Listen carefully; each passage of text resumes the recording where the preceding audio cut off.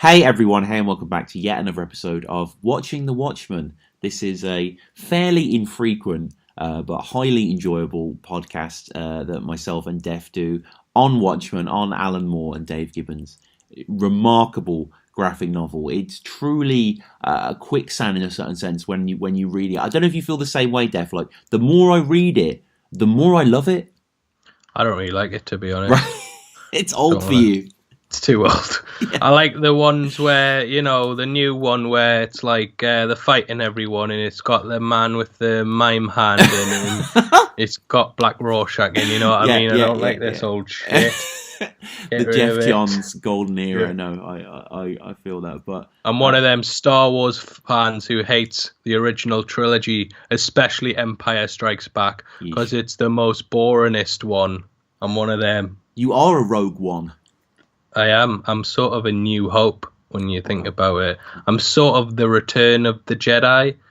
I'm sort of the Attack of the Clones. Oh, I'm a Ren's right activist, and nice. Yeah, it's but getting back to Watchmen as a whole, I mean, exploring it, Def.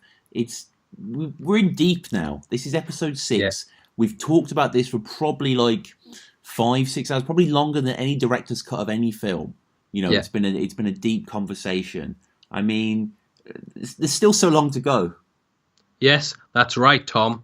And I know I say this every single episode, but I actually think this issue was the best one of the series so far. Because it's focused, isn't it? There's no deviations. Yeah. It's like issue 4, the Dr. Manhattan issue. It's a pure origin. It's told so intelligently because, we know from comics, normally this sort of issue in a run, the secret origin of Iron Man or some bullshit like that, they'll always kind of have that Stan Lee archetype there. But here, it's a psychoanalyst kind of analysing this psychopath that we've been familiar with for 5 issues for how long in this world. And we're seeing him broken down into stereotypes. It's the perfect way to tell an origin story. Yeah, it's absolutely brilliant, and it's got none of that Black Freighter shit in. No. I don't want to slag it off, but it's got no filler in it.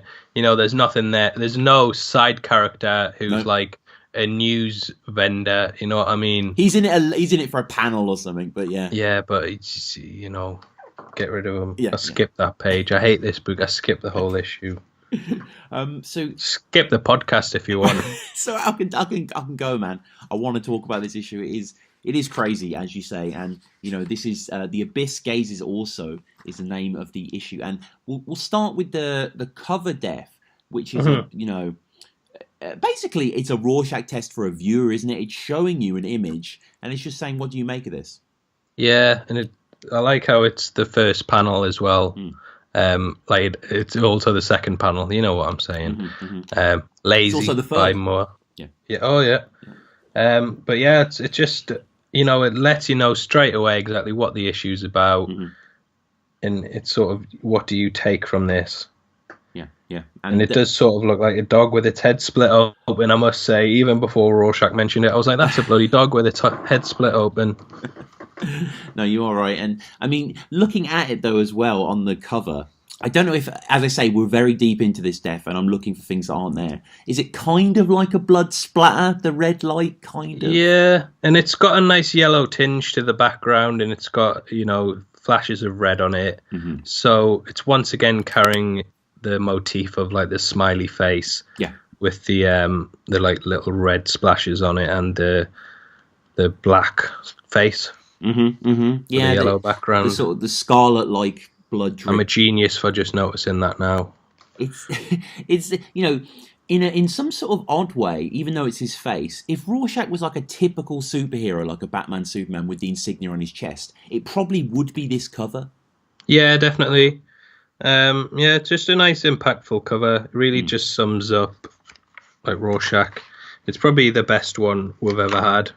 I'm trying to think what the Dr. Manhattan issue cover was like. If only I had some way of looking at that Dr. Manhattan cover straight away. Oh wait, I do have Timmy hand. Right, so yeah, the Dr. Manhattan cover was the old photograph. Love that cover. Him and Janie Slater. So yeah, it's sort of a nice callback to like this is going to be the origin story of Rorschach in the same way that was the origin story of old Doc. What's up, Doc? They used to say in it. Yeah. And he goes about up is a relative theorem or something. It has no intrinsic value. Classic joke. Classic. And there's lots of sort of dual parallels in this, like the inkblot between Malcolm, the therapist, and Rorschach. Both becoming Malcolm more so sort of being indoctrinated as a doctor into this. There's a lot of references then to issue 1.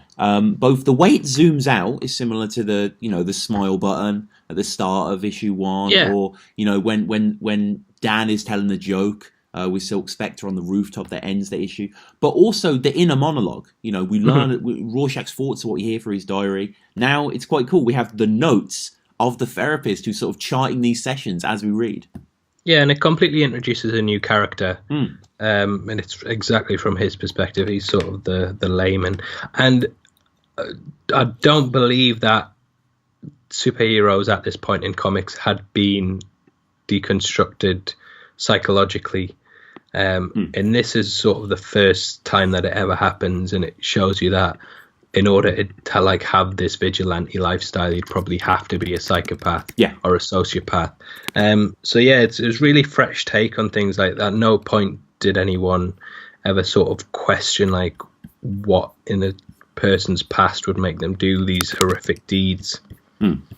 Yeah, and it's sort of the psychiatrist himself throughout the arc, throughout the issue goes on an arc himself. He starts off. He seems to want fame more than anything.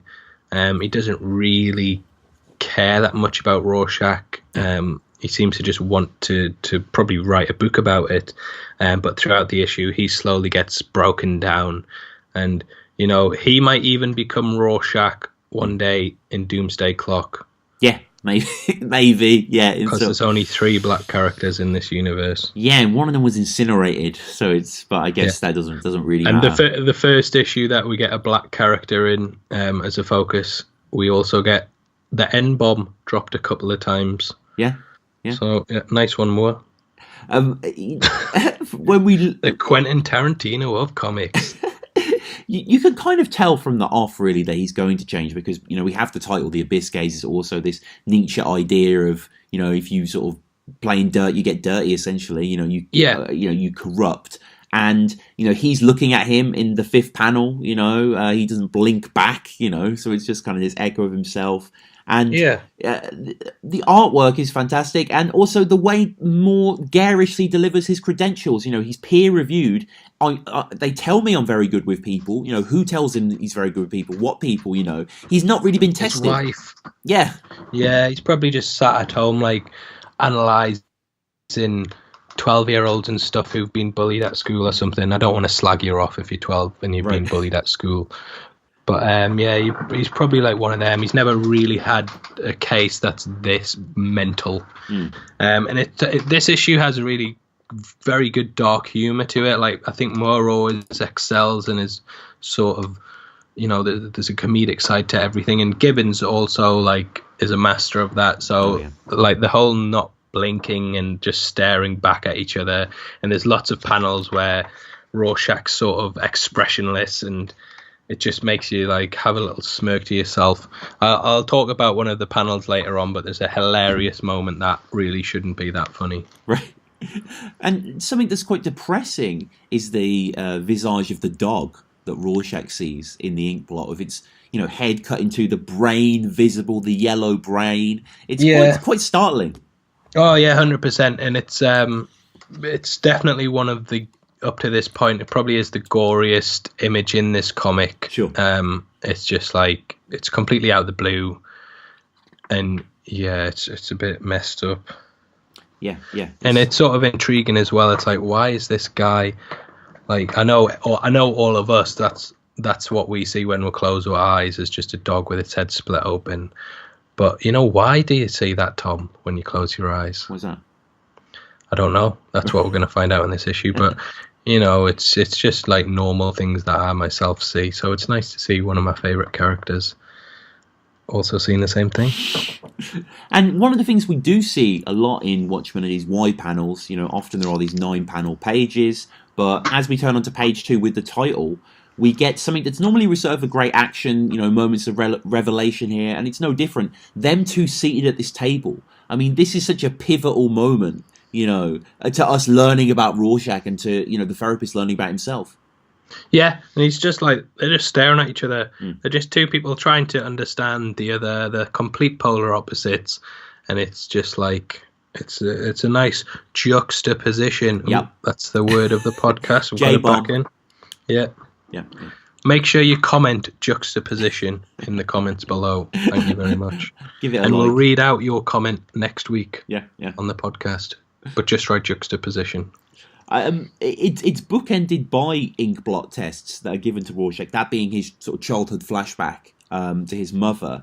And if you didn't know anything about Watchmen and you just read this, this quite horrific tale of this kid coming in and his sort of mother who gets no money and then he gets abused, etc. It's just a really, I don't know, it's a very affecting tale to read, actually. I think it's rendered so well, the emotion's so rich. Yeah, and what I love about it is Rorschach, like Kovacs, which is Rorschach's alter ego. Throughout the issue, he's completely expressionless, pretty much, which completely plays into the duality of his alter ego. Like, Rorschach's mask is nothing but expressions. Sure. It's constantly changing. It's constantly moving. It moves in certain ways when he's surprised, when he gets angry, the bubbles kind of scrunch together, and there's a lot of expression constantly going on in that mask. When he takes it off, he's just like, he's not there. He just seems like he's a shell of a person, and it just plays off it so well. Like, it's the dual side of your personality that we all have. We all have this personality that we show to the world, and then there's another like shadow side of us that it's the complete opposite. And it's great just to see how juxtaposing Rorschach is in his personalities. Yeah, on the third page, where you pretty much see his expression, I'd say maybe 4 or 5 times, see the back of his head a little bit as he walks in on his mother. He does just have the same look. It's just affixed on his face. There's no variation. It's just startled horror. And I mean, there's the very, very nice, very, very on the nose, but nonetheless brilliant. The ink blot becoming the mother with the John, the silhouettes. Yeah. And it's quite strange that he's so messed up when he had such a normal childhood. Right. What do you mean it isn't what happens normally? He just gets treated like shit. So basically he walks in on his parents, well, not his parents, but his mum having sex and with some the man. I get enough of this crap at home, the guy says, which is just like, oh. Rorschach gets called a retard. His mother screams she should have had the abortion. It sort of goes against the typical superhero motif where the child had amazing parents and then they became orphaned, like Clark Kent's parents are said to be the best people in the world. Farm folk. Yeah, that raised him right. Good stock. Bruce Wayne's parents, lovely people, theatre lovers, billionaires. Yeah, they one of them's a doctor. The other probably did loads for charity. Gunned down in an alley. They were the perfect parents. Uncle Ben, he made wonderful rice. He made that amazing rice, Deaf rice all the time for Peter. Uncle Ben's rice. If you didn't catch that joke, lads. And it kind of goes against that, where Rorschach's parents were absolute dickheads to him. Completely just horrendous to him. Yeah, there's a 2-panel motif that I just have to give praise to Gibbons for at the top of page 4, where the mother, the mother watched the customer leaves, the back of his legs going out the door, she's gripping the $5, and then she turns to him enraged. It's like she sort of sees the consequence of what happens and just sort of his fear on young Rorschach's face. I find it quite upsetting. The movement is brilliant. And it's great use of colour as well, because everything just goes black, red and yellow when she gets angry, and it's such an intense feeling of rage. And she just beats the crap out of him. And then once again, it goes back to the black and yellow silhouette on the wall that merges into the Rorschach test. So it's a nice sort of turnaround. And to me, Rorschach is a psychopath with a hero complex. He's a bit like Batman. He could have went either to the dark side, but instead he took these horrendous things that happened in his life and channeled them into good. I mean, the way Rorschach acts, it's still sociopathic and it harms people, but Rorschach can justify it as he's hurting villains. To him, he's not hurting people, he's hurting criminals. And, you know, it's great when he goes back you were taken back to the prison and you realise, like, how horrific of a situation that he's now in when he's heading to the cell. Yeah. He's in a prison where he put most of the inmates in, but he's still completely unflinching. There's absolutely no fear there.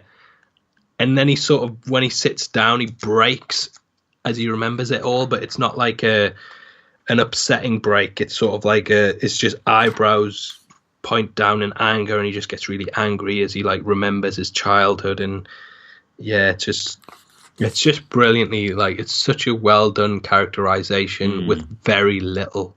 There's very little expression there, but you completely understand from his perspective exactly why he hates the world and acts the way that he does. Yeah. The naivete, I should say, of the therapist, you know, saying he thinks there's hope. You know, he's completely misunderstood in some sort of, you know, barbaric way there, and Rorschach remains who he is. One of the GOAT scenarios in drama, in fiction, is the hated criminal going to prison and everyone wanting to kill him. I'm thinking specifically about, I don't know if you've seen The Wire, but when Omar goes to prison is a brilliant sequence. Really good, because everyone wants to kill this drug dealer who's stolen from everyone who's in there because of him. And this is what we get here. And we get the, you know, Moore has such a superior voice for horror violence. You know, you've got a mother, she's dead. You've got kids, they're dead. A sister, dead. And just everything's overlapping as well. So stuff blocks out stuff, but you can kind of paint the blanks for how terrible this is. Yeah, and just seeing Rorschach as a kid, like, attacking criminals, he's always been this, like, mental, over-the-top, fight dirty kind of guy. Like, we seen it in the bar when he was breaking that guy's fingers during an interrogation. Here, he grabs a bully's cigarette out of his mouth, stabs it in his eye, jumps on another one, bites his cheek off. Oh, my God. Yeah, and it's just like this. You can see this. You're lucky that this guy is a hero. Yeah. Because otherwise he'd be a fucking mental patient. Yeah, no, just the comparisons on 6 and 7 of the clouded, clouds here and everything overlapping. And I don't know if you felt this as well. Maybe it's just a coincidence. When he's doing, you know, sister, they're dead, etc. That you see, you've got a dog. And I don't know if that's like an ironic consideration of later on. Yeah, probably is. It sort of shows how different, you know, his childhood was.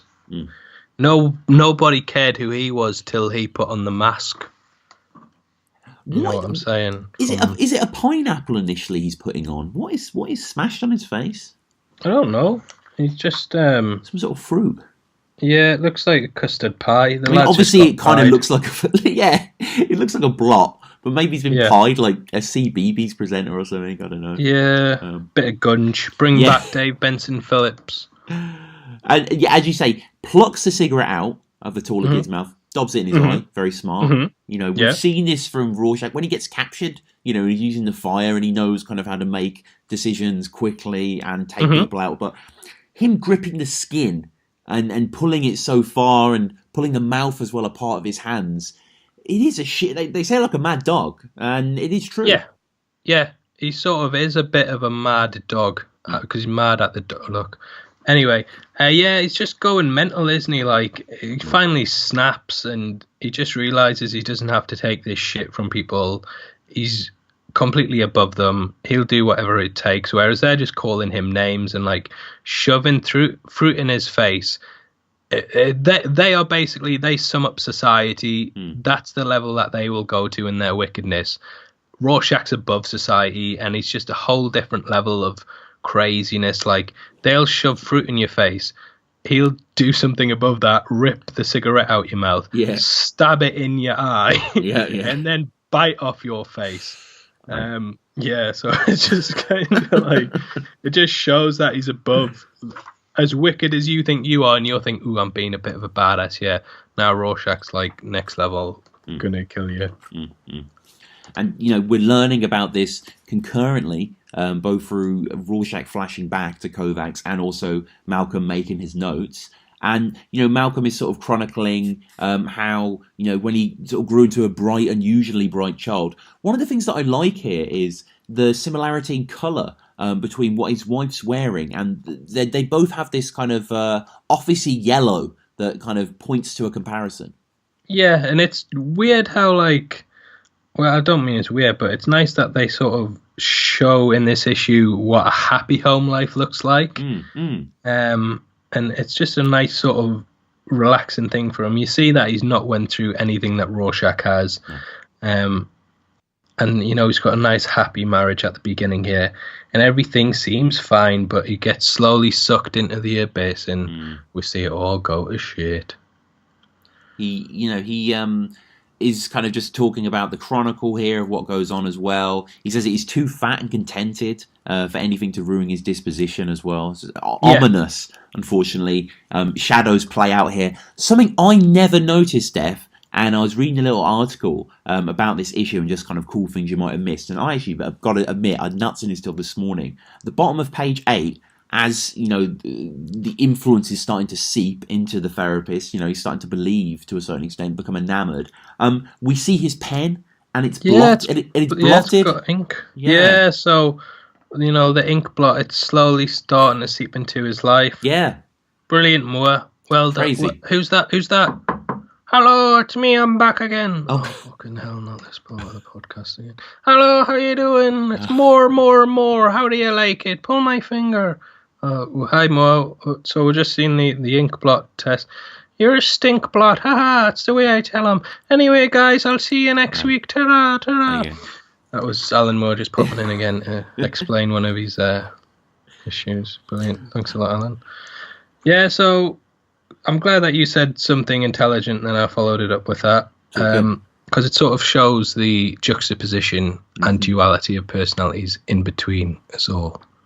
And over to you, Tom. We see, insight is given to characters not only through history and text, but just through image. We see in the early panels of this page 8, AD on a mug, so obviously we think it's Dad. You do actually see the mug as Dad when you first see the ink blot, which is interesting. It pulls out on the penultimate panel. So he doesn't have kids that appear in this comic? No. That's all we get. All we get is the mug. But, I mean, it's Watchmen, so you can imagine. And, yeah, I mean, they're quite old. They're clearly in love. They've probably got, kids. Why not? Yeah, and as they walk off to the bedroom, we see their shadows on the wall. Once again, it's this repetition of the lovers' shadows on walls. Yeah. Similar to Hiroshima. It's counting down to this bomb that's going to go off. Yeah. Similar to the Gunga Diner, which has a kind of oddly symmetrical logo as well. Watchmen is crystalline in structure. I love the paneling on page 9 especially, which is essentially made up of just one-on, portraits of the characters reacting to what's going on. And if you just take them on face value, you can see what's dominating are the 4 Kovacs portraits at the right panel, 4 of them. And there's just 2 of Malcolm startled by the attack that he's having to endure. Yeah, well, in the first meeting, Rorschach just told him what he wanted to hear, basically. He was like, when he was looking at the ink blot tests, he was saying, I see butterflies in summer and McDonald's and, just great things. I'd like to just take this moment to say that this week's episode of the podcast is sponsored by McDonald's. The healthy way to start your day. I'm loving it. Anyway, so, and this is where he kind of breaks it to him. I don't like you. You're fat, wealthy, think you understand pain. I'll tell you something, doctor.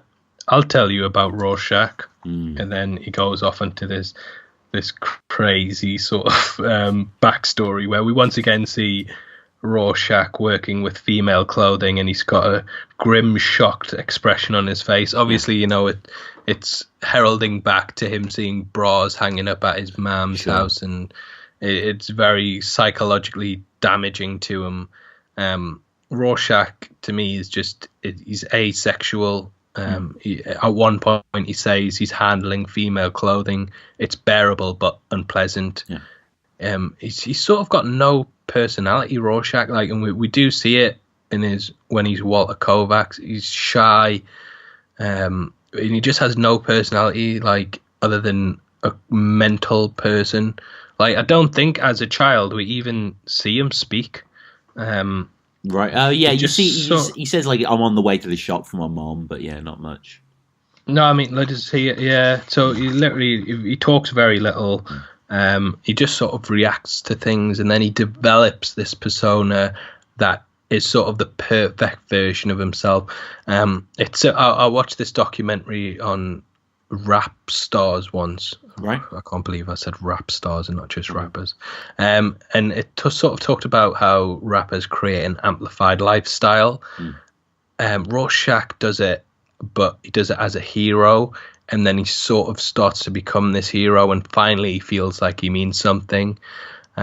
He's attracted to the fabric, which he makes into a mask. And there's no grey areas in the mask, which he loves, which of course, like, it's his persona. I've said it about 700 times on the podcast so far, where he loves that there's just black and white. There's no in between. Yeah. And it just sums him up perfectly. Interesting that Dr. Manhattan effectively began Rorschach through kind of creating this, sort of odd two-layered latex. Yeah, and it's nice that, like, Dr. Manhattan's sort of inspired superheroes as well. In comics, a lot of the time when they start a new universe or on a TV show, they'll start with one character who has superpowers, and then more and more people will develop them, and they'll sort of comment how this only happened because you got superpowers. Like, everyone had to up their game and escalate it. They talk about it at the end of The Dark Knight. Batman Begins, where because Batman has put on a mask and is now fighting criminals are going to have to find another way to fight back, so they start putting on masks. And I believe they actually mentioned that in Watchmen as well. So Batman causes the Joker, and it's nice that there's this cause and effect of once the first Superman appears, others start to. And 2 years it takes, apparently, cuts the fabric into the mask, into how he wants it, but it takes a little while. The actual woman who ordered the dress, Kitty Genovese, is raped, tortured in front of the public, and this is the first sort of catalyst into crime fighting for Walter, right? Yeah, it sort of breaks him. I think it's more the people just watching that does it for him. He realizes that people as a whole are terrible and just want to sit back and watch things happen. Is that what Watchmen's about? Is that the title? Is it about these guys? Maybe it is. Watchmen? Yeah, okay. Just stand back watching everything instead of making a difference. And I think that's what makes Rorschach snap and realize he doesn't want to be part of society anymore. And, Malcolm scrambles for an answer to this, and I think he comes up with one quite good, maybe not considering the Watchmen world, because it is crime-riddled, but he says, the whole thing is not proof that the mankind is rotten, you've been conditioned with a negative worldview, there are good people too, and, he kind of makes an appeal to himself, but I guess you can sort of sympathise with Rorschach to a certain extent. I think Moore makes it plain and clear how this person would happen quite compellingly. Yeah, and I do actually think this is one of the most introspective pages for a reader, because Rorschach, he says you think you're good people, like everyone probably thinks they're a good person, and this was sort of, when I first read this was sort of the panel where I introspectively question myself, like, am I a good person? Right. And it's sort of, it is gazing into this abyss, and to me the comic sort of leaps out at you at this point and makes you question yourself, which is absolutely brilliant. Like, all great works make you do that. They don't make you look at them, they make you look at yourself. And Watchmen does that here. And I guess similarly as well, when we see Walter as a child, we see a sequence of horrified faces, and now when we see him, the actual therapist, engaging with what happened there, we see a series of horrified faces. You know, Yes. we do see Malcolm continuing in this way as he leaves. And I love the look of Walter, of Rorschach, when he's getting up off the table. That sort of very dark. His face is so black, isn't it? As he says, you know, you're basically interviewing me in the same way you'd interview John Lennon's killer. You know, it's kind of a notorious case. Yeah, and it's sort of the reason that he starts to overshadow everything, whereas in the past interview he was very much on his level, and now he's sort of towering above him, telling him like, "You're pathetic. I hate you." And you know, the pill popping continues for Malcolm that we see throughout. Yeah, really. And it's nice that Rorschach sort of went from being horrified about everything to now horrifying people. Really having an effect on someone who, I know Malcolm's slightly closeted, but he's clearly an accomplished therapist who's probably encountered a lot of cases, and even for him, this has thrown him out. Yeah, they were probably all like divorcee women, you know what I mean? Sure, self-medicating. Yeah. I don't want to slag the lad's therapy off, you know what I mean? But I don't think he's cut out for this. And it's interesting on page 12, which I'd argue is one of the most iconic moments in Watchmen. I think most people remember this moment. You know, it's just a absolutely, you know, galling moment, really, but interesting nonetheless. Is Rorschach in the queue for lunch, being threatened in quite an inventive way by this prison thug, calling his knife his pocketbook. It's notched up quite a few famous names over the years. Yeah, it's just like in Rorschach, he knows what's going to happen. He's just sort of preparing himself. I think the film expertly like captures this moment as well. And it definitely is like one of the scenes that stick in your head from the film. And it just once again shows like this guy was going to knife Rorschach. It once again shows that Rorschach, no matter like how bad you think it's going to be what you're going to do to him, he's just going to do something so much worse that it completely like Rorschach probably could have taken being knifed. This guy, he's not going to recover from getting boiling hot cooking oil thrown in his face. He's above prison level aggression, like he's like true psycho aggression. Yeah, it's just absolutely mental. Yeah. The guy is a complete psychopath. But you've got to love him. He's a lovable psychopath, isn't he? He's lucky as a psychopath. He's lucky where he is on the queue, because if you look at him, the boiling is in front of him so he can grab it. But if he was further on and he just threw sprouts at him, it wouldn't work. Yeah, but he probably knew something like this was going to happen, so he's sort of planned it out a bit. I mean, he seems like the guy who would always have a plan no matter what. Like, if he got to the sprouts, he'd probably like stab the guy with his own knife and then stuff sprouts down his throat till he choked or something, you know what I mean? He'd always find some, like, we wouldn't walk past that line thinking, oh, I'll throw one of these foods into his face. Like Rorschach would. Like, he would find a weapon out of anything. Like, you can see along just that there's some like knives and forks just along from the sprouts. Sure. So, you know, he would have always found something. Yeah, he would have found some way. But he wouldn't have stuck the like knife in your stomach. You know what I mean? He would have stuck the fork in your balls. Oh my god! You know what I mean? That's what Rorschach would do. I'm sort of like Rorschach now. I think about it. Bit of a legend. I mean, it's fair to say what Rorschach does has destroyed this man for life. Yeah, well, he dies, I think, doesn't he? Or Does he die? Goes into, yeah, I think when the prison ride happens later in the that's right, yes. book, it's because he dies, and that sort of kicks off the riot, and they know it's going to happen because the guy's in critical condition. I mean, he's horrific, like, pink-yellow skin, like, scalding. Yeah, in the film as well, like, it's I can just see, like, in my head, the guy's face melting. Yeah, and it's just a terrific thing. It's unbelievable. I love that panel at the bottom. The look of everyone, from the police guard with the baton ready to the horrified. So this is the dark comedy bit that I was gonna talk about earlier. It's just like all the shocked expression, just the way Dave Gibbons draws like the faces of like, huh? Yeah, like the horror that's on them, like, oh. Yeah. That's sort of what I imagine people Yeah, people doing. and just all the flecks of food just kind of spraying out, and it's brilliant. It's absolutely brilliant. I love it. And you see the knife as well, suspended in midair, kind of, oh man, absolutely insane. We cut as well. There's a lot of rhyming in this book. Scenes go into scenes, so we have the splashing, bubbling of skin into the poppling of a coffee pot. Yeah, and it just nicely intertwines the scenes together. It doesn't feel too jaunting or jarring.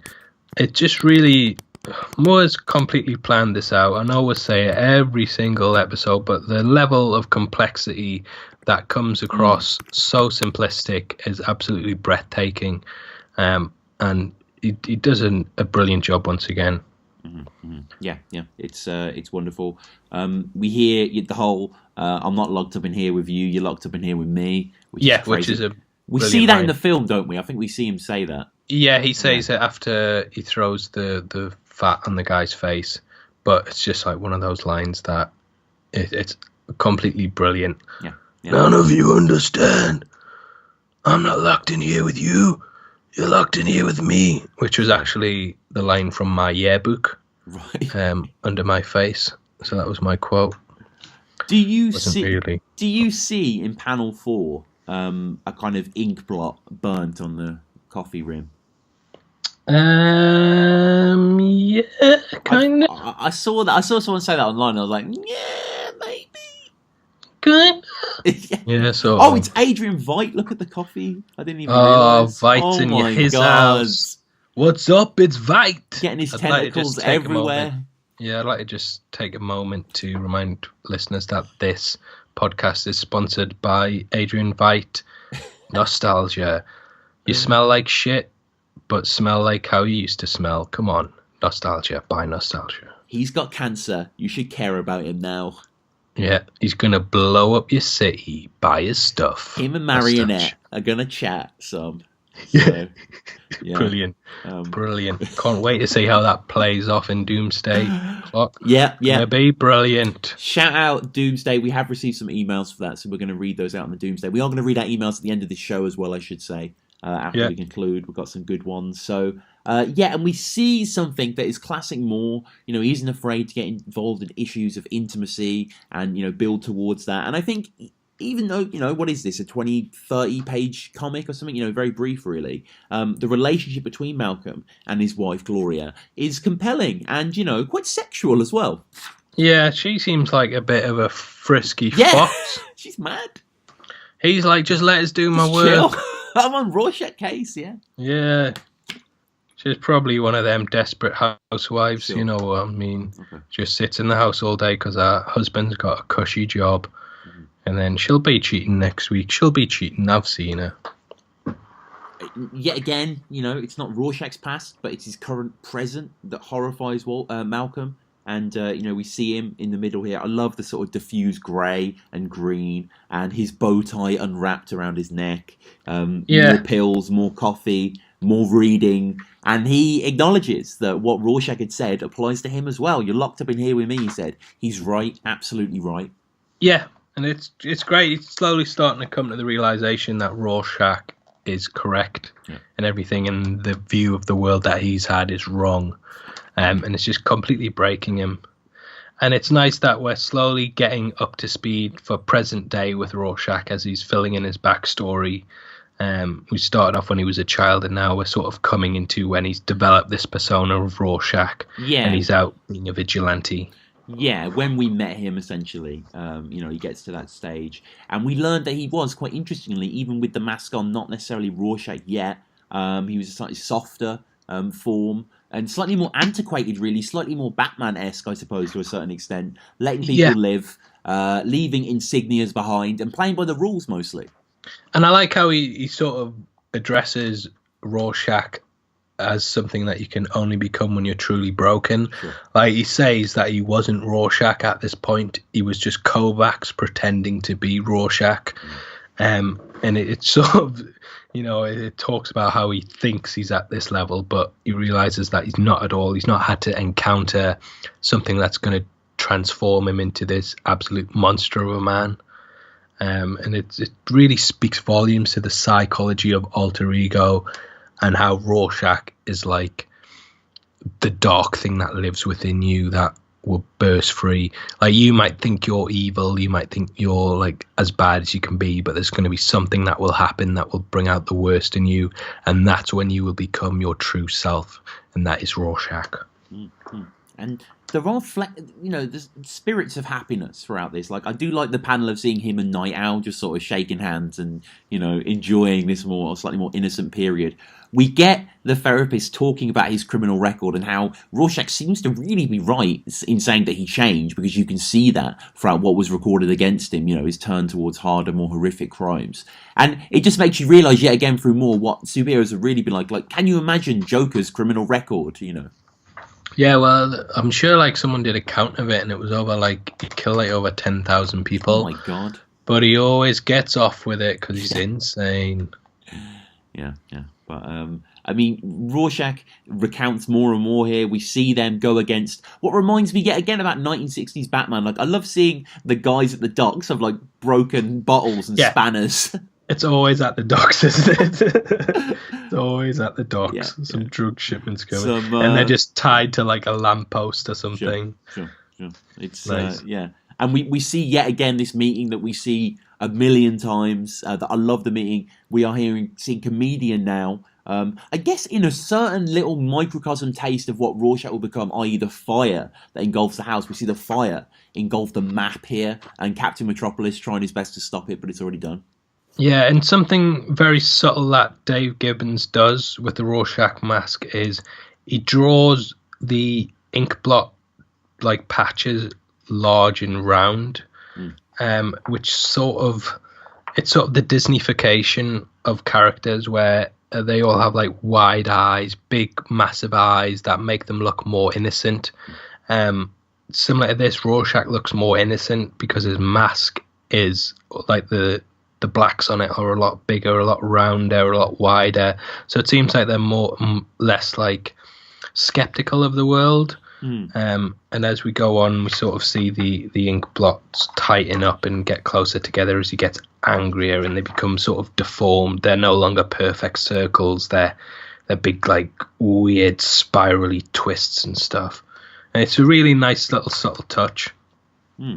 Yeah, definitely. It's definitely something to keep an eye on. As with all these panels, for some reason, Silk Spectre's laughing. Was she laughing at this point? I don't really remember that. It's kind of... Maybe it's just like the way that Rorschach views women. Sure. He sort of remembers it like to him, all women are like aging, laughing whores. Right.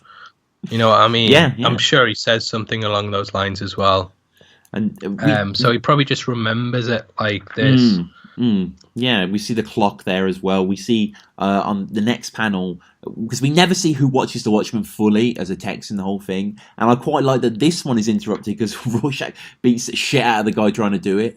Yeah, it's great. And I'd just like to take this opportunity to remind people that this episode is sponsored by the Watching the Watchmen podcast. Subscribe.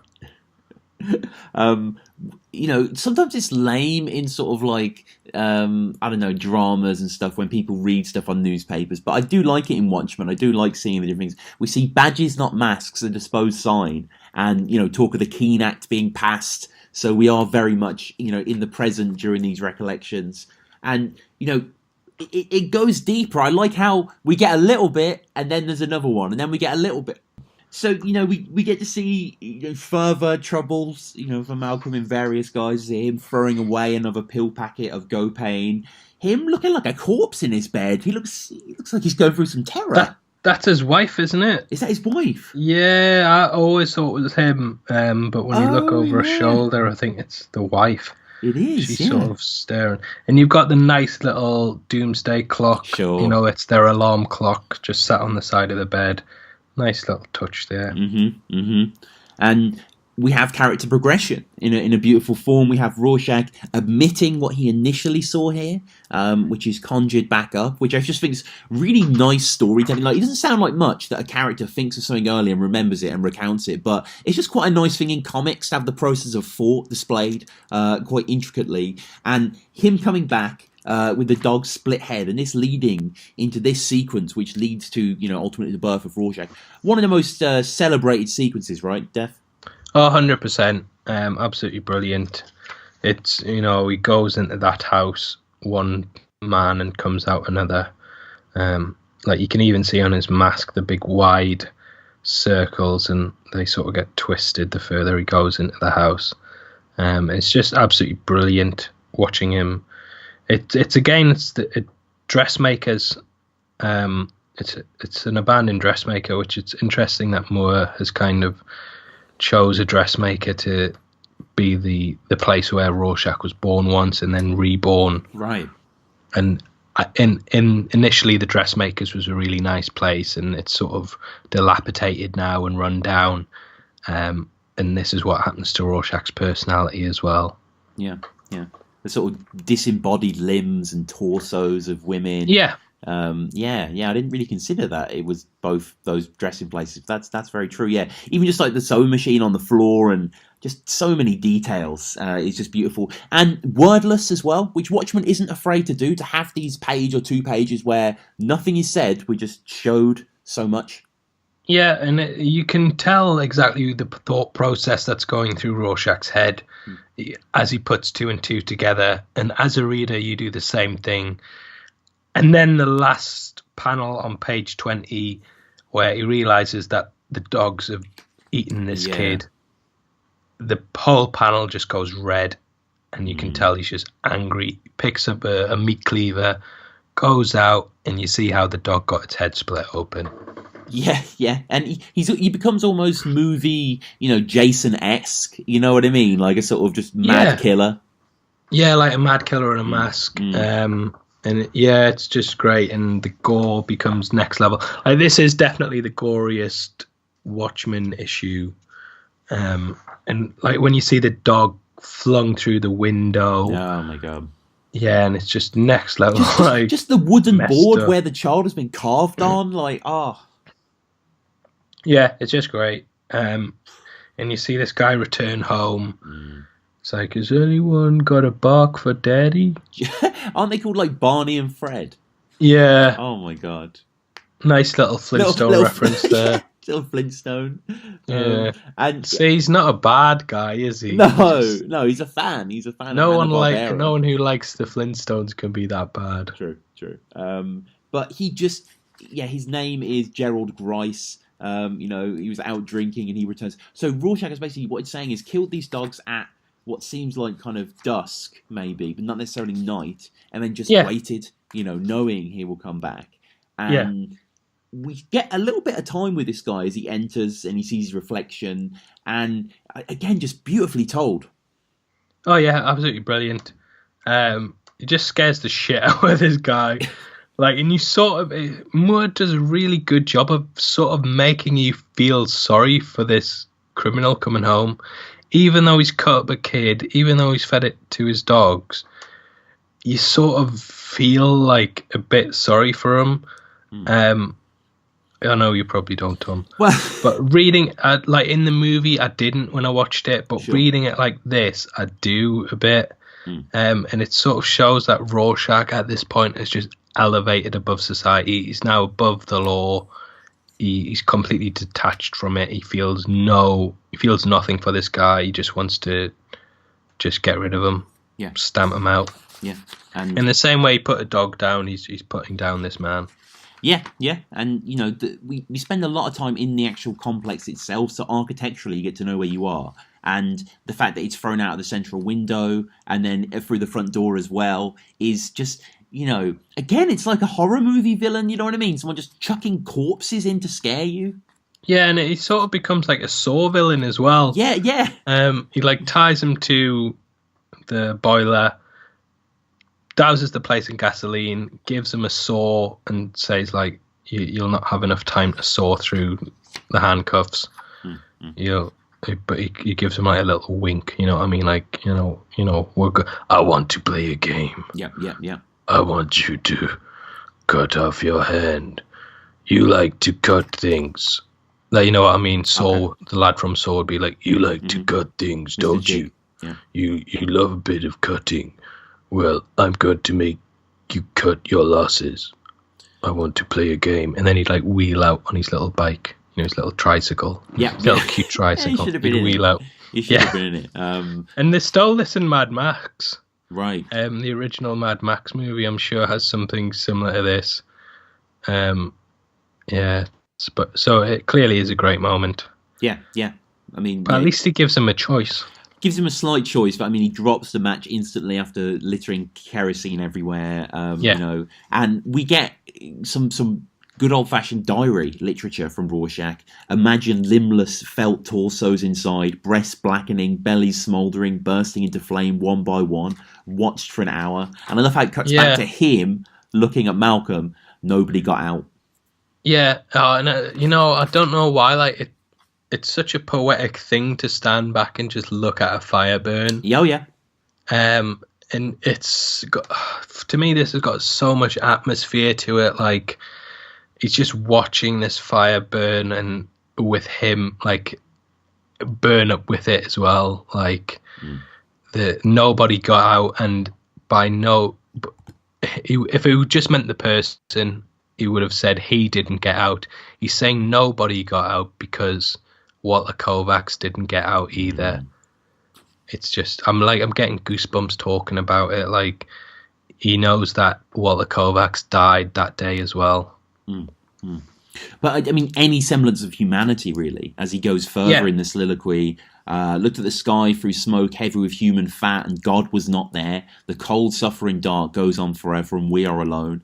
Live our lives lacking anything better to do, devise reason later. Born from oblivion, bear children, hell-bound as ourselves, go into oblivion. There is nothing else. Yeah, just wow. What a diatribe. Just creative and just crazy and amazing. I mean, just absolutely questioning the essence of existence, which is, I mean, something, maybe is done a lot in superheroes today, but again, it's just so awesome that this was 87? And it's just amazingly good. It's 85, I think, wasn't 85. It? 85. Even better. Yeah. Even better. Yeah, probably written in 84. Right. And quite nice to see the therapist at dinner. I like the way they're spread on the table with the two other friends, the sort of academic friends, and it's kind of almost like not a Rorschach blink test, but it's got a nice symmetrical pattern to it. And, the idea that he would just spill the beans on something so horrific is basically, the guy wants to know some quote-unquote kinky stuff that Rorschach might be into, the famed vigilante. And Malcolm's just honest, to the point of brutality, really, saying she was abducted, killed, butchered, and fed to German shepherds, and, it horrifies his wife and the guests as well. Yeah, I love how one of the guests is just like, oh boy, was she tied and gagged up and helpless? Like, it sort of ties back to this idea of the comic superhero, like in, previous to this, like, it was the damsel in distress who got captured and she was hanging over like a pool of sharks or something by a rope. And, the hero would show up and the villain would be like, you'll never get a hero man. Right. Whereas now, like, if he showed up, it would be like, hello, hero man, I've tied this woman up to a burning building, handcuffed her and give her a saw. She can saw her hand off if she wants to escape. Hero man, you'll never save her. So it's completely shitting on like this idealistic version of the superhero, and just being like, nah, he didn't tie her up and gag her. He fucking cut her head off and give it to his fucking dogs. And possibly one of the most stirring closing to an issue is him just holding the Rorschach up to himself, self-examining, and we zoom in to what essentially is at the core of anything. If you zoom in deep enough, total blackness. And he's complete just darkness, absorbed into it. And the final panel symbolically is a blank panel of darkness. Yeah, it'd be nice if they cut to like the dinner party guests in a taxi. Like, come dine with me, and they were like, I'd give that dinner party a 1 out of 10. But what Moore does here, I suppose, is really good. And I mean, that in a sense closes the issue. We've seen the transformation, and I think pound for pound, it is one of the best Watchmen issues. Just in of itself, it tells a terrific story. It's the best one, Tom, and I don't want to hear nothing else. And if you disagree, I'll cut your head off. Yeah, really good issue. It's so many of the panels stick in my mind. Yeah. And we'd never really seen like a comic book character psychologically deconstructed in such a manner, and shown like that they had a horrific childhood. Like, it's just really breathtaking. And one of my favourite as well addendums, the extra stuff we get at the end, like reports on Walter from the Charlton home, which, as we discussed before, Charlton comics, very influential in Watchmen. We also get two really great ones at the end. A letter from the desk of Malcolm, basically being hopeful for the future. So it's before we actually meet him in the issue. And then, what do you make of his dream, age 13? That kind of horrific mongoloid sex beast. Yeah, so he says that he walks in and catches his mum having sex, but he doesn't understand what's really going on. He's got like a child drawing of like two people stuck together and submerged as one, and it's just very messed up. You can see like his idea of sex is very strange. And what I love about this whole thing is, though, that previous to this we'd had book extracts and sort of, like really nice things about people and excerpts from chapters and things like that, whereas Rorschach is just his arrest sheet. And it's just like, it sums him up perfectly. He's not part of society. He can't function as a normal person. No, and we see in the Charlton home basically an essay by himself talking about his parents, and he compares himself to President Truman and his mother had mentioned, and obviously Truman and Ozymandias are kind of similar in the sort of atom bomb kind of aesthetic there, which is quite interesting for them to pull it in. Yeah, and I think it's made up. It's sort of, his mum says like, "Oh, we got divorced because we didn't agree politically." Like, that's not a reason that you would split up. So she's obviously just come up with some like crap reason to tell Rorschach. But like, a lot of children who don't know one of their parents have a really idealistic version of them. Like, we've seen it done 1,000 times in fiction when it's like, my daddy was a war hero and he died saving 45 men on a sinking boat. Like, that actually was what my dad did. Oh yeah, I never knew him, but like, like my mom told us that, so obviously that happened. But I know a lot of other people are like, my dad was a Navy, and they sort of like have this idealistic version of their parent. So Rorschach completely runs with this imagination of like what his dad was like, and he wants to live up to him, and he likes President Truman, who had like a no, not tolerance, but didn't compromise with people. And Rorschach takes this, and it sort of informs his personality. Like, Rorschach doesn't compromise with people either, and he even goes to the point of his death. And it probably leads back to this moment of like imagining what his dad would be like, and he hates his mother so bad that he just imagines his dad to be this perfect man who Rorschach even like sympathizes with and was like, well, I probably would have ran away if I had been him as well. But he doesn't take into account that his dad abandoned him. And we get the New York State Psychiatry Hospital West Branch report, which has lots of typos. I don't know if you saw that, which is quite nice. Yeah, really nice touch. Yeah. Brilliant typos and just dotted about. Yeah. We get the picture of young Walter as well. It's all great stuff, for the whole issue really, and these documents are just a fantastic biography of one of the great characters of graphic novels for me, and Sorry, and it's got Moloch's different names in it as well. Which to me sort of symbolizes that he's moved from town to town, and every time he keeps getting caught. Like recently we've seen John Venables, who was a child murderer who got put on witness protection. He keeps getting moved, and he keeps getting found out, and they have to keep changing his name and giving him a new identity. And it's sort of, I sort of think Moloch's life was like that, where he was such a famous villain that it's impossible for him to have a normal life. And, it sums up the same way that Rorschach, it's impossible for him to have a normal life. Well, I mean, that is, issue 6. please get in touch with us, watchingthewatchmenpod@gmail.com, or comment below. What do you think about the issue? What theories do you have? What do you enjoy, etc. Issue 7 actually going to be really good as well. A Brother to Dragons. I like this one. I remember Laurie and Dan. It's basically their relationship. It's another kind of one-header, you know. Yeah, it's all built. It's these stories stand alone, but they all sort of build to the overall narrative in a really subtle way. So yeah, looking forward to that one. It probably won't be better than this issue, but you know, I say that every week. Right. Well, even though we'd only do it once a month, I ring Tom every week and go, it probably won't be as good. So we'll get into some quick emails at the end. So remember, please email in again, watchingthewatchmenpod@gmail.com. Our first one comes from Hawkeye. Says, "Hey guys." The actual Hawkeye from Avengers. I don't know. Oh, how you doing, mate? I just was watching one of your movies the other week. Oh, it was great, mate. Is Hawkeye going to get his own movie eventually, do you think? Probably not. No? No, he's not that interesting of a character. Okay. You'd have to be a bit of a dickhead to name your YouTube channel after him. Right. Let's just say that. Hey, guys. Well, thanks for emailing in, Hawkeye.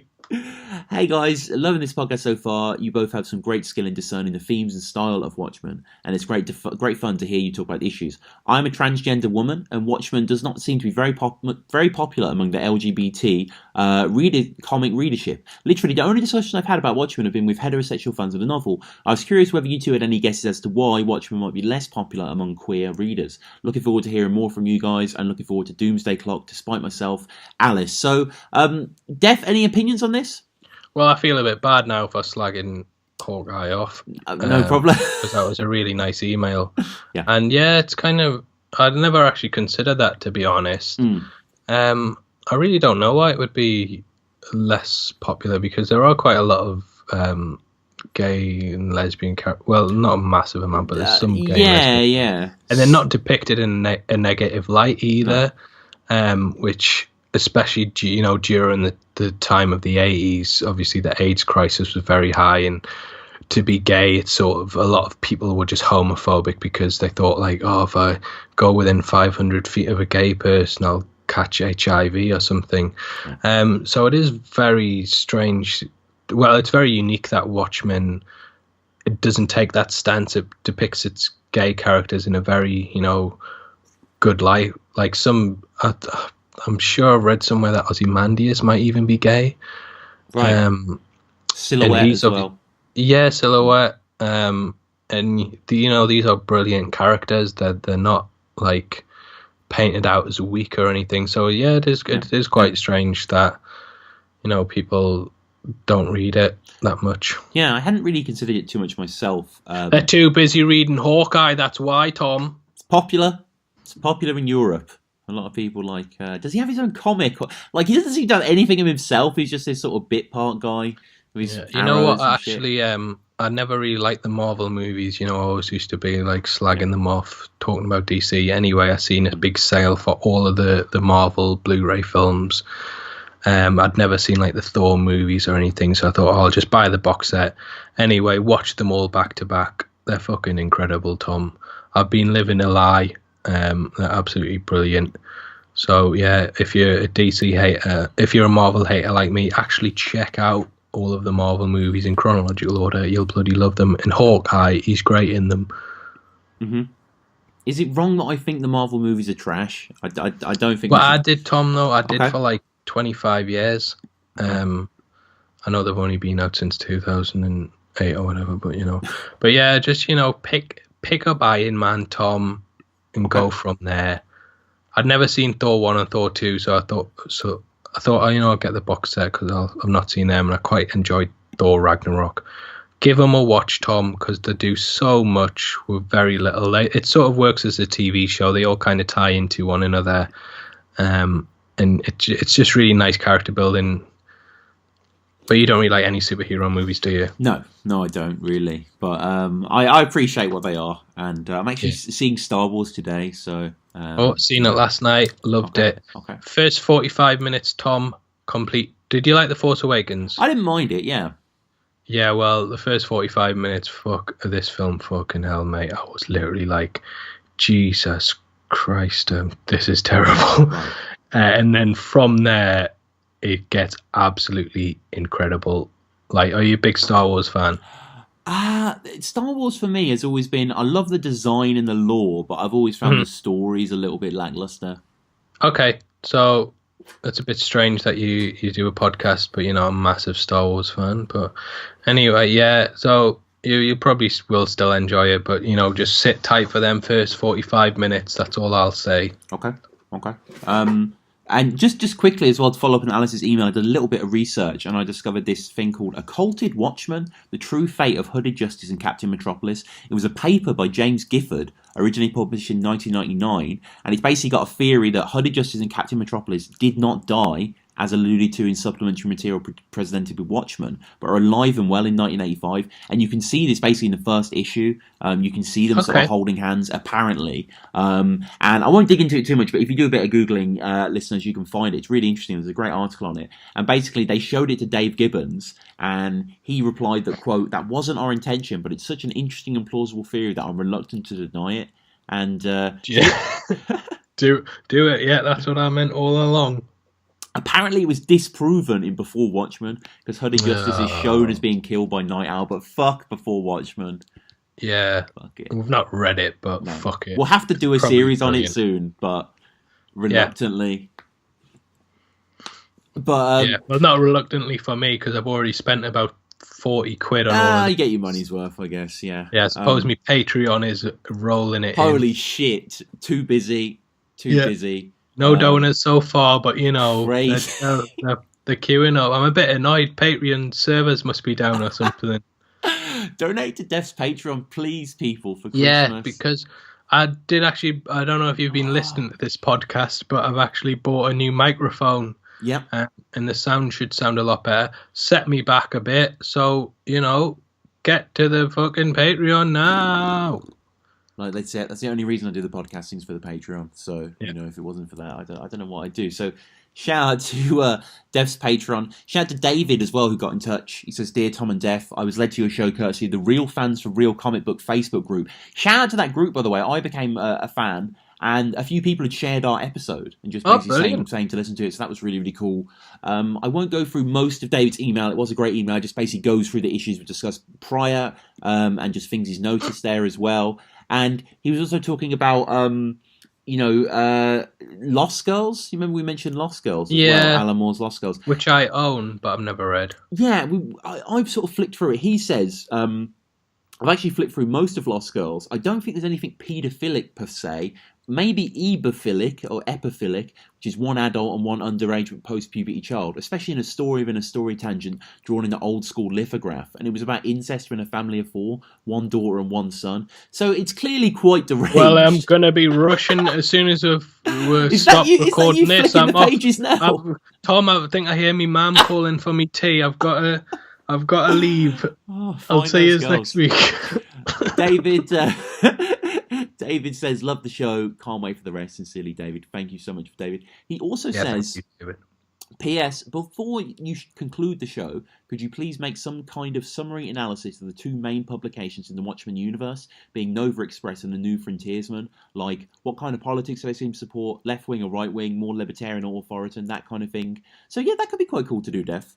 Yeah, well, we're definitely going to be doing more than Watchmen. We're going to do Before Watchmen at some point. And then, I think me and Tom, we've sort of talked about expanding this into more of a comic podcast. So, yeah, keep an eye out. We'll be doing more than simply Watchmen stuff. Yeah. And, we've got a shitload more work because Doomsday Clock's going to be 12. Huge. So, thanks to everyone for listening. I think that comes out like the 27th of December or something, so we'll probably do an episode quite soon around then. Yeah. I'm excited for that. Cancel Christmas for it. Yeah, that's it. Just maybe an hour or so of graphic novel chat, just cancel the whole thing. Sit around, listen, wait. A little red thing there, downloading. Eric Ferguson is our final email. He's back. You know what? I just want to shout out Eric because he's dedicated and he always pops up. The other week, he sent me a picture of some Watchmen toys, right? That he must have seen somewhere, and they were absolutely hilarious. So yeah, I just want to thank Eric for continuing to support the show. He always provides great insight read his email. What do you mean his email's only 2 words long? It's fuck off. He says, hello again. Many thanks for reading my entire letter on your podcast. I should have snuck in a well-placed advert for my day job. And also thanks again for requesting my opinion on the Tales of the Black Freighter. When I first read the comic, I was 15 years old, and I really didn't like it either, intending to skip it. Over 30 years of reading it, the story has grown on me. The storyline is one of the more... That's a good recommendation, isn't it? Just 30 years? You'll like it in 30 years. That's like when... I remember someone was talking about Final Fantasy 14 or something. Okay. And they were like, look, yeah, the first 40 hours of it, it's not very good. But once you get past those first 40 hours, it becomes amazing. I'm like, oh, yeah, well, I'll definitely be lining up to play that. He says the storyline is one of the more challenging transitions that the master Alan Moore makes. The difference in scene and tone is abrupt from the rest of Watchmen. I look at the Black Freighter as the journey and character development of Ozymandias. For the mystery to work, we cannot see all the machinations that Ozymandias goes through. I think it's a success by Alan Moore in that short stories, miniseries, or limited series, it is not always possible for there to be much character development in the villain. By using a story within a story, Moore can give Ozymandias some more development. Later on in the series, Ozzy reveals how he journeys on the path of Alexander the Great, and here in this issue there is a caption in Tales of the Black Freighter, East across the night skies, East born on the naked backs of murdered men, both men go east. Ozzy personally kills Comedian, maybe the shark represents the Comedian, the other sharks circle but eventually leave, so the Dr. Manhattan and Night Owl and Silk Spectre also leave Ozzy in his Karnak at the story's end. Maybe I'm making shit up now. I mean, what do you think about this comparison, Dev? Yeah, I have definitely heard that it symbolises Ozymandias before, so yeah, I haven't read it for 30 years, so I probably can't see as in-depth as Eric can. But yeah, shout out. Rorschach refers... Big E. Rorschach refers to his being unmasked as his disguise, which we said. Years later in the film Kill Bill 2, or what I like to refer to as Tarantino sees the Matrix and likes the Agent Smith fights, Tarantino pulled this idea of the hero's real disguise into a monologue about how Clark Kent is a true disguise for Superman. I wonder if he lifted this from Rorschach, he says. He might have, yeah. It is quite a famous monologue. I don't think it's correct, but yeah. I don't think Tarantino's monologue is correct, which he says that Superman views humans as bumbling idiots. I think he just puts on his Clark Kent persona to kind of disguise himself even more. But yeah, I do kind of think Watchmen is responsible for a lot more than it gets credited for. Like Mad Max, we mentioned before. I'm sure, like, you're not locked in here with me has been used in, sure, a couple of times. I used it on my first day at school. I think I did that joke earlier in the podcast, so it wasn't that funny then either. But yeah, it is, yeah. And I guess finally, Eric, great email, thank you again. He talks about the motion comic, and have we watched it? What do we think about it? Yeah, I tried watching it, but one guy does all the voices. He does, yeah.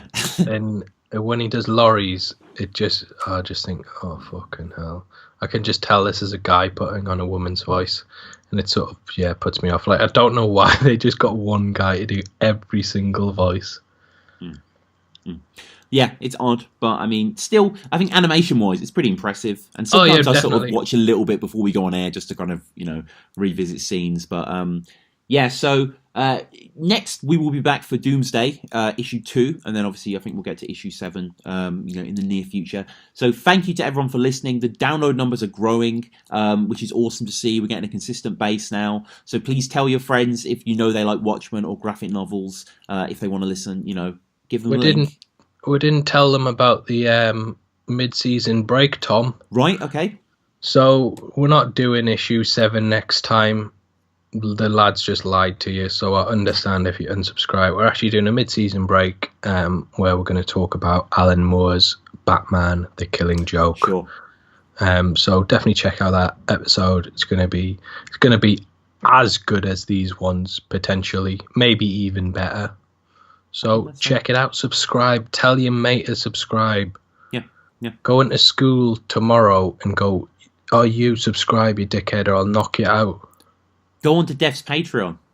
Yeah, donate. It's lonely. Go there. It's barren land. It's pretty much just a blank website with a ain't profile nothing, picture. Ain't nothing better than that email in your inbox. This person's a Patreon now. It's just wow. Come on. Wow. All the hard work. Worth it. So definitely. Thank you, everyone. Well, I look forward to getting that email this month. Thank you, everyone, for listening. Thank you to Alan and Dave and everyone involved in Watchmen for creating, an absolute masterpiece that is a joy to talk about. Let us know your thoughts on this issue or the show in general, watchingthewatchmenpod@gmail.com, or comment below. Of course, we always get to the comments, always get to the correspondence. Def, your website, that sort of stuff? Yeah, definition.co.uk. I've just done a big redesign on it, so make sure you go and check it out. I've started doing video essays in which I talk about The Walking Dead, why the Marvel movies are so good, and I'm also doing one about The Last Jedi today, so make sure you check it out. All right. Yeah, so if you enjoyed this, I do a few other podcasts, Alpha Metallica, which is kind of an A to Z journey through the history of Metallica, which is one of my favourite bands. Also, Battle Rap Resume, in which me and Def have done many episodes of that, which is where I just talk about battle rap with battle rappers. If you like Tom Waits as well, I used to do an old Tom Waits podcast called Down in the Holes. Check that out. But yeah, this is always a joy to do. Def, thanks again, bro. Yeah, thanks a lot, Tom. Over to you, Tom, back in the studio.